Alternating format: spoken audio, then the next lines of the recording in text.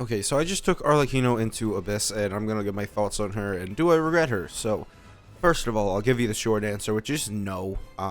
And I would like to point out that I took her into Abyss with her 3-star weapon and not her, signature weapon, because I just wanted to do C0 free to play, and if you're doing C0, you should not have her weapon, because her weapon is worse than her C1. One thing I want you to keep in mind is that we have 10 to 14k damage per hit, just from leveling this up to 10, so I just want to make sure that we, keep that in mind. Like, she can do even better, right?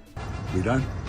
The biggest and worst challenge was this stage, the first half of this, and then I couldn't do any, like, Chamber 2 and Chamber 3 on the first half, because Chamber 2 had Pyro guys, which were immune, so it was very annoying to, do that, so couldn't do anything with that since they were immune, so yeah, bad. This is where I felt like Arlecchino's damage was the worst.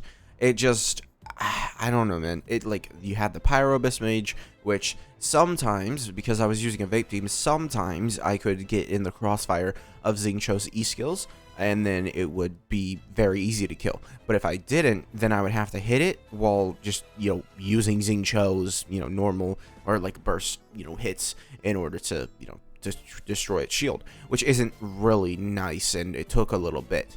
Now, these guys, they're a big issue. Like, these guys weren't that bad, like, at all. It really was super easy once you got those guys down. They were not my concern.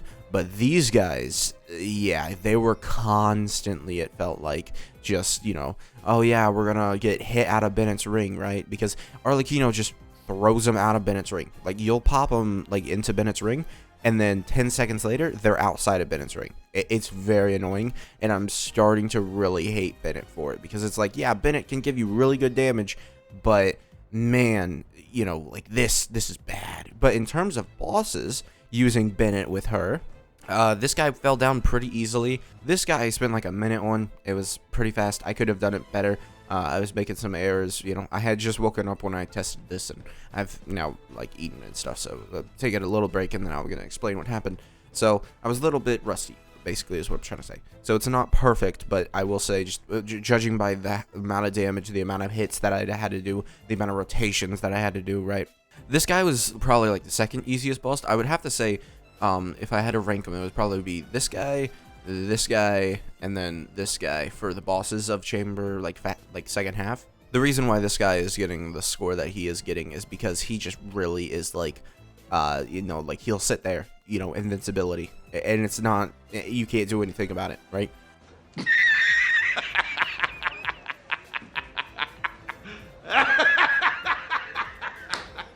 The big issue for me is that I was using my C0 R1 Nevi, and he destroyed compared to, Arlecchino. Because, like I said, this first half I used Arlecchino, and then the second half I would have used my Nevi team, which didn't have a shield at the time, which was very annoying.